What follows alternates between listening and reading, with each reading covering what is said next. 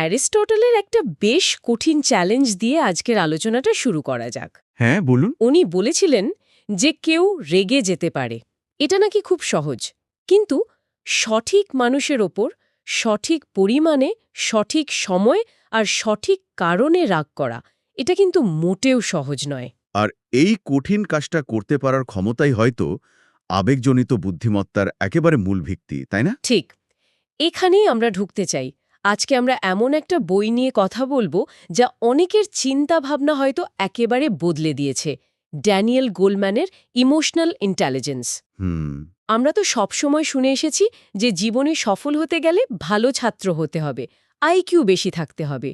কিন্তু এই বইটা বলছে সাফল্যের দৌড়ে আইকিউ হয়তো মূল খেলোয়াড়ই নয়। আসলে আমাদের আজকের লক্ষ্য হলো এই ধারণাটার গভীরে যাওয়া।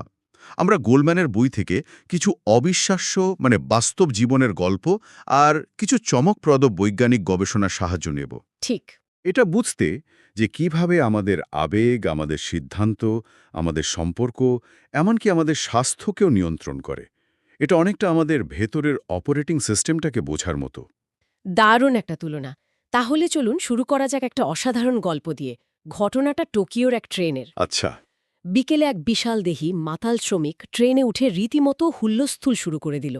সে চিৎকার করছে, যাত্রীদের ধাক্কা দিচ্ছে, পুরো কামরা জুড়ে একটা আতঙ্কের পরিবেশ।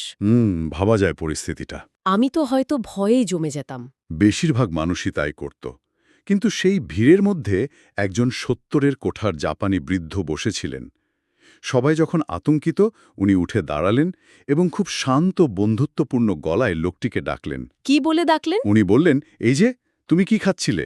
মাতাল লোকটি আরও রেগে গিয়ে বলল, আমি সাকে খাচ্ছিলাম, তাতে তোমার কি? ভাবা যায় এমন পরিস্থিতিতে এই প্রশ্ন। এখানেই আসল চমক। বৃদ্ধ মানুষটি হাসি মুখে বললেন, ওহ দারুণ, আমিও সাকি খুব ভালোবাসি। জানো, আমার স্ত্রী আর আমি মিলে আমাদের বাগানে পার্সিমন ফলের গাছ লাগিয়েছি। বাহ! বিকেলে বসে গরম সাকি আর পার্সিমন ফল খেতে যা লাগে না। এই কথাগুলো বলতে বলতে তিনি লোকটিকে তার বাড়িতে পার্সিমন খেতে আমন্ত্রণ জানালেন। আর মাতাল লোকটির প্রতিক্রিয়া কি ছিল? ধীরে ধীরে তার শক্ত হয়ে থাকা মুখের পেশিগুলো নরম হতে শুরু করল। তার রাগী মুষ্টি শিথিল হয়ে এলো।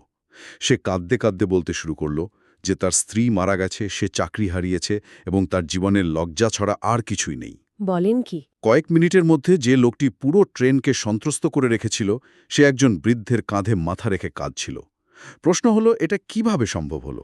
এটাই তো আমারও প্রশ্ন। এটা তো কোনো জাদুর চেয়ে কম নয়। এর পেছনে কোনো জাদু নেই, আছে মস্তিষ্ক বিজ্ঞান। গোলম্যান বলছেন আমাদের আসলে দুটি মন আছে।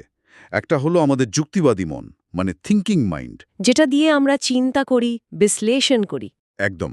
আর দ্বিতীয়টি হলো আমাদের আবেগপ্রবণ মন বা ইমোশনাল মাইন্ড।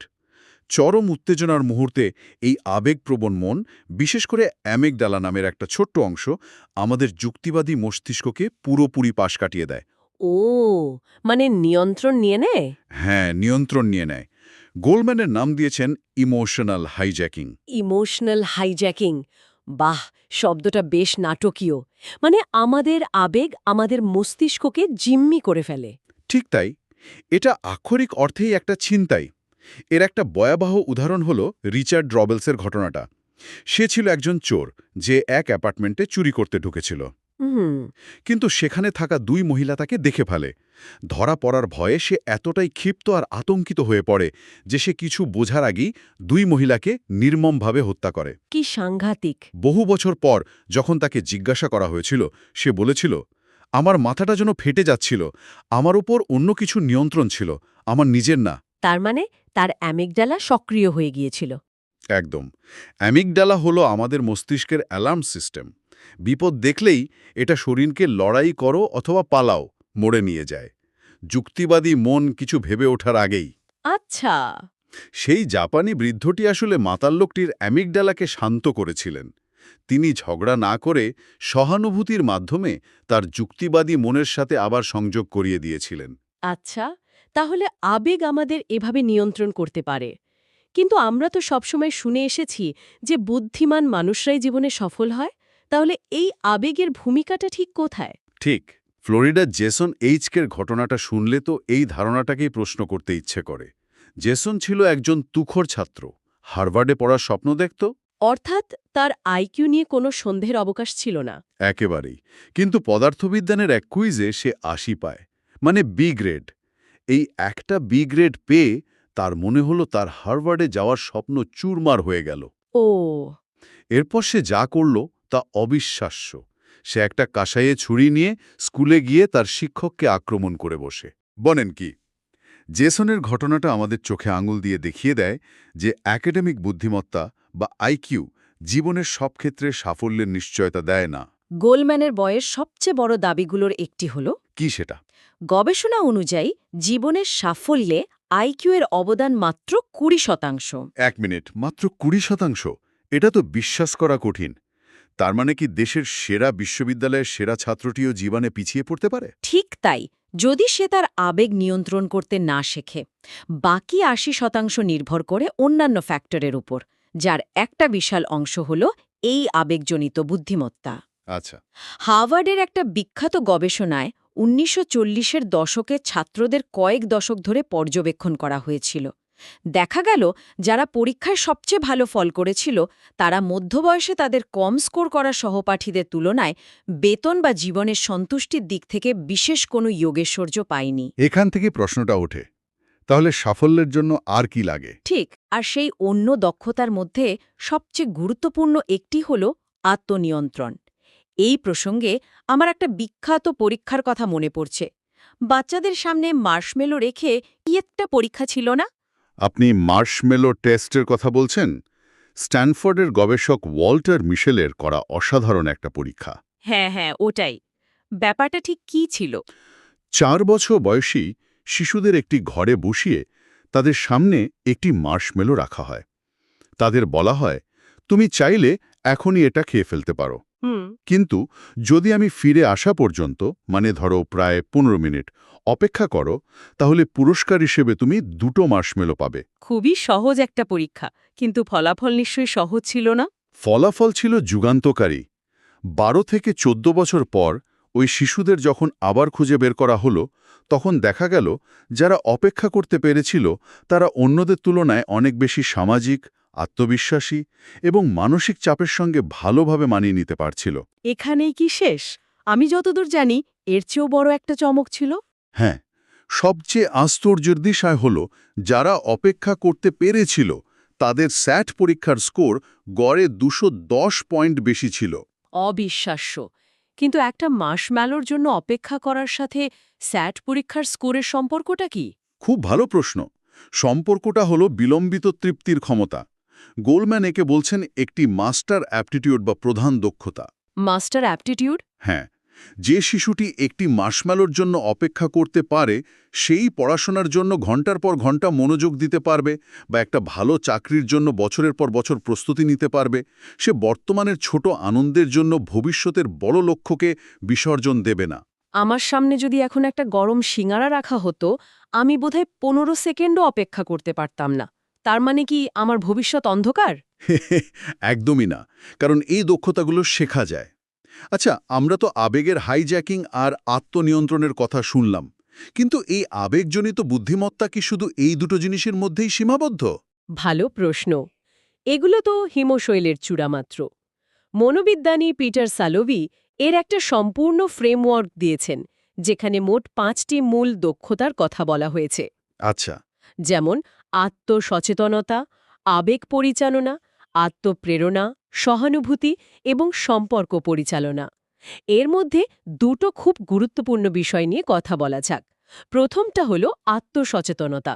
অর্থাৎ নিজের আবেগগুলো ঘটার মুহূর্তে তা তিরিশে না ও বোঝার ক্ষমতা। একদম। এলিয়ট নামে একজন সফল আইনজীবীর গল্পটা এখানে খুব প্রাসঙ্গিক। তার মস্তিষ্কের টিউমার অপারেশনের পর তার আবেগ অনুভব করার ক্ষমতা পুরোপুরি নষ্ট হয়ে যায়। বলেন কি?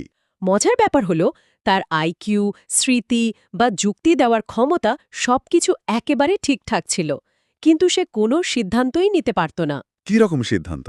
খুব সাধারণ সিদ্ধান্ত, যেমন তাকে যদি জিজ্ঞেস করা হতো পরবর্তী অ্যাপয়েন্টমেন্টের জন্য কোন দিনটা সুবিধা হবে, সে হয়তো আধা ঘন্টা ধরে 2টি দিনের ভালো মন্দ দিকগুলো নিয়ে বলে যেত, কিন্তু কোনোটাকেই বেছে নিতে পারত না। কেন? গল্পই সমান যৌক্তিক মনে হতো। এই গাট ফিলিংকেই বিজ্ঞানীরা বলেন সোম্যাটিক মার্কার। আমাদের অতীত অভিজ্ঞতার আবেগজনিত স্মৃতিগুলো আমাদের শরীরে এক ধরনের সংকেত তৈরি করে, যা আমাদের সিদ্ধান্ত গ্রহণে সাহায্য করে। অনুভূতি ছাড়া যুক্তি আসলে অন্ধ। এই গাট ফিলিং বা সোম্যাটিক মার্কার কি তাহলে আমাদের শরীরের একটা সিগন্যাল সিস্টেমের মতো? যেমন কোনো একটা নতুন ব্যবসায় বিনিয়োগ করার আগে যদি পেটের ভেতর কেমন একটা অস্বস্তি হয়, ওটাই কি সোম্যাটিক মার্কার? একদম। আপনার শরীর আপনার অতীতের সব ভুল বা সফল সিদ্ধান্তের আবেগজনিত স্মৃতিগুলো মনে রাখে। সেই অস্বস্তিটা হলো আপনার মস্তিষ্কের পক্ষ থেকে একটা সতর্ক বার্তা। আচ্ছা। এর ঠিক বিপরীত অবস্থা হলো অ্যালেক্সিথাইমিয়া, যেখানে মানুষ নিজের অনুভূতি শনাক্ত করতে বা ভাষায় প্রকাশ করতে পারে না। তারা হয়তো কাঁদে, কিন্তু কেন কাঁদছে তা বলতে পারে না। তাহলে প্রথমটা হলো নিজেকে বোঝা, আর দ্বিতীয় গুরুত্বপূর্ণ ভিত্তিটি কি? দ্বিতীয়টি হলো সহানুভূতি বা এমপ্যাথি, অর্থাৎ অন্যের আবেগ বোঝার ক্ষমতা। হুম। এর একটা খুব সুন্দর উদাহরণ আছে বইটিতে। 1 বছর বয়সী একটি শিশু তার কাটতে থাকা বন্ধুকে দেখে তাকে শান্ত করার জন্য নিজে মাকে ডেকে এনেছিল। বাহ। যদিও বন্ধুর মা পাশেই ছিল। হ্যাঁ, পাশেই ছিল। হ্যাঁ, তার মানে সে নিজের অভিজ্ঞতা থেকে জানত যে কষ্ট পেলে মাই পারে শান্ত করতে। দারুণ। ঠিক তাই, সহানুভূতি মূলত শেখা হয়। এটা জন্মগত গুণের চেয়েও বেশি। গবেষণায় দেখা গেছে যেসব শিশুর ভুলের জন্য শাস্তি দেওয়ার সময় তাদের আচরণের ফলে অন্যেরা কতটা কষ্ট পেয়েছে তা বুঝিয়ে বলা হয়, তারা বেশি সহানুভূতিশীল হয়। মানে এটা একটা বাজে কাজ এই কথা বলার চেয়ে? হ্যাঁ, দেখো, তোমার জন্য ওর কতটা কষ্ট হচ্ছে, এই কথাটা বলা অনেক বেশি কার্যকর। এই সহানুভূতির অভাবেই মানুষ অন্যের কষ্ট বুঝতে পারে না, যা অনেক অপরাধমূলক আচরণের একটি প্রধান কারণ। এই দক্ষতাগুলো তো নিঃসন্দেহে জরুরি, কিন্তু এগুলোকে আমাদের বাস্তব জীবনে, ধরা যাক, শারীরিক স্বাস্থ্যের উপর কোনো প্রভাব ফেলে? অংশনান প্রভাব ফেলে। ডিউক ইউনিভার্সিটির এক গবেষণায় দেখা গেছে যে চিকিৎসকরা মেডিকেল স্কুলে পড়ার সময় বেশি প্রতিকূল বা রাগী স্বভাবের ছিলেন, তাদের 50 বছর বয়সের মধ্যে মারা যাওয়ার সম্ভাবনা অন্যদের তুলনায় 7 গুণ বেশি ছিল। 7 গুণ?